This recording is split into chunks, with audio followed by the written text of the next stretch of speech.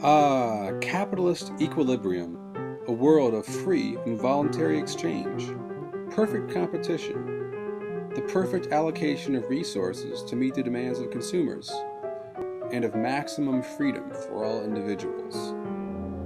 Or is it? The market is not functioning properly.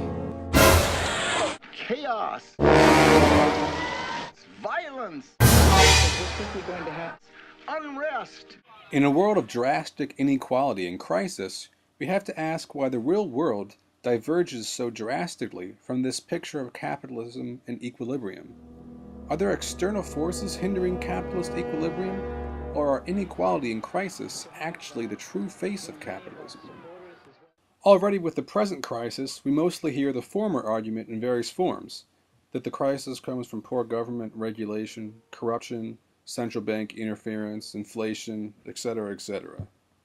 Most amusing is the argument of the far libertarian right that claims the U.S. economy is actually a socialist economy because of the tax system, state spending, and the central bank, and thus any crisis can never really be a crisis of capitalism, but only a crisis of socialism.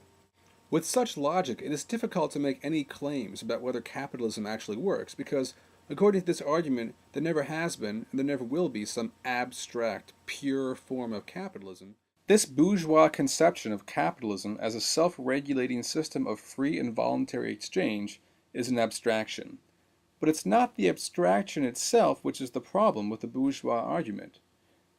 It is precisely the same abstraction which Marxists used to build their theory of capitalist crisis. The theory that capitalism is inherently prone to violent crisis is not built upon a model of government regulation or central bank-led inflation. It proceeds from the same basic abstraction that bourgeois economy proceeds from, a free and voluntary exchange of commodities among equals. Let us then take a whirlwind speed tour at how a basic model of capitalism in crisis is built from this basic abstraction. I'm going to do it in just 10 easy to follow steps. For those of you who've seen a lot of my videos before, this will be a lot of review. And for those of you who are new, this will be useful catching up. Yes, you can fool some people sometimes. You can rip people off, you can always find a sucker. But by and large, in a society with free exchange, trade tends to be trade between commodities of equal value. Because if someone is trying to rip you off, you can always go trade with someone else. This tends to equalize the exchange value between commodities. Now yes, this is an abstraction which makes certain assumptions, but it is the inherent tendency within exchange. We can't talk about an equality of exchange without some notion of value. It's logically impossible. Because the point of an economic analysis is to explain how all of the productive activities of trillions of people are coordinated in one vast system, we use human labor as our notion of value. Again, this is an abstraction. Labor varies in intensity and expertise, but by and large, in the same way in which exchange creates an equivalence of value among heterogeneous commodities, exchange reduces work to a socially necessary abstract labor time.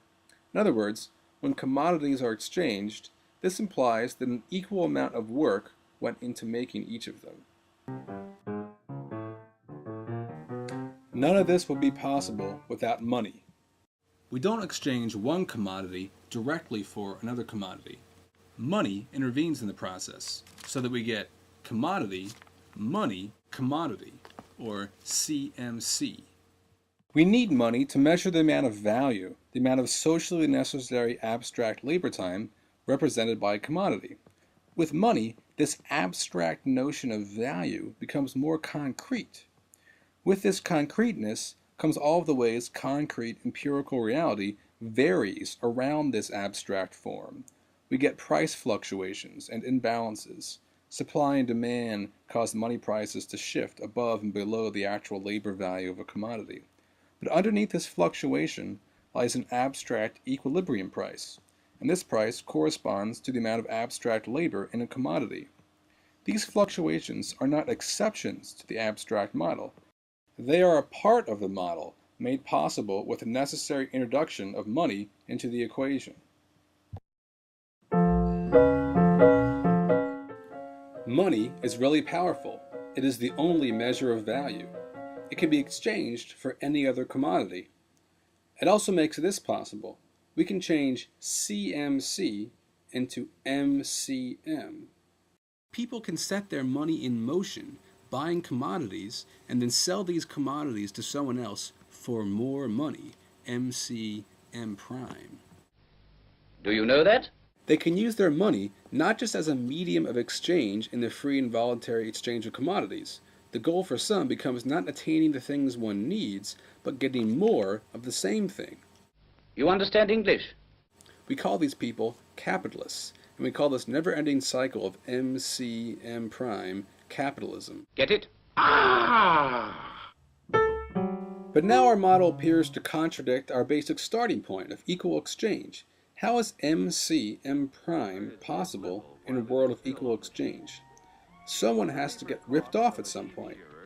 But if we assume that we can't make a profit by fooling people through exchange, we have to look somewhere other than exchange for the source of profit.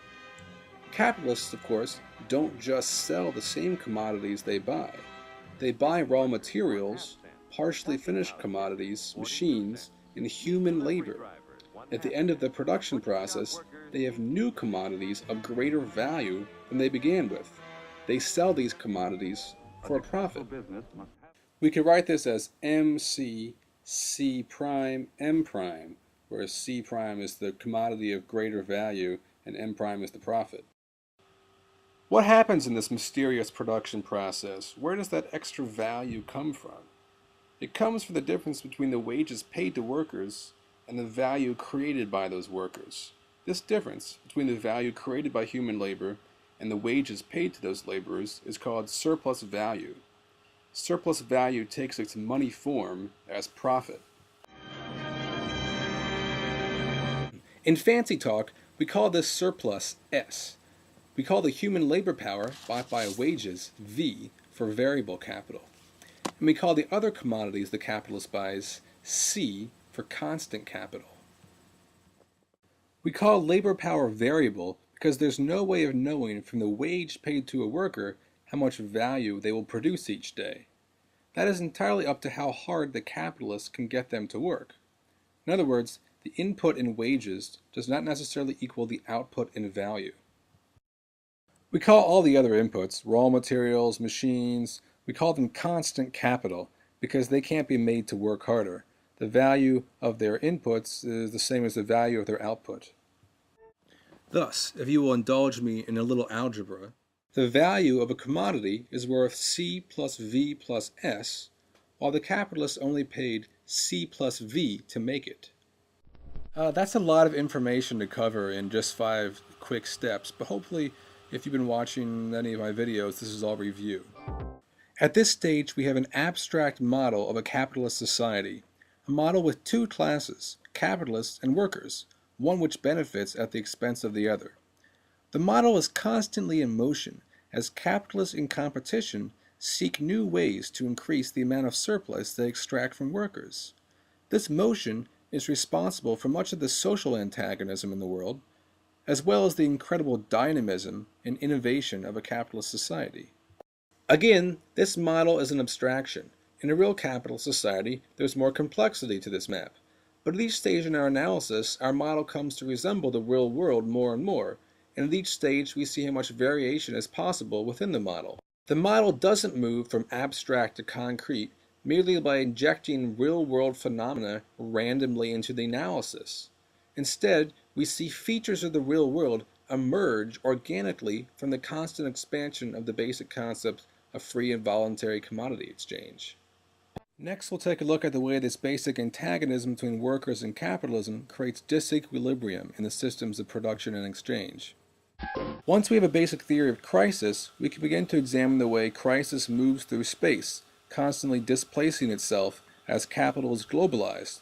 And then we can talk about the way crisis is displaced via time and the credit system. And once we talked about space and time, we can talk about the role of the state in displacing crisis. Only then can we really understand the current crisis. In part 2 of this video, I'll set our basic model in motion and ask if it's possible for it to ever achieve equilibrium.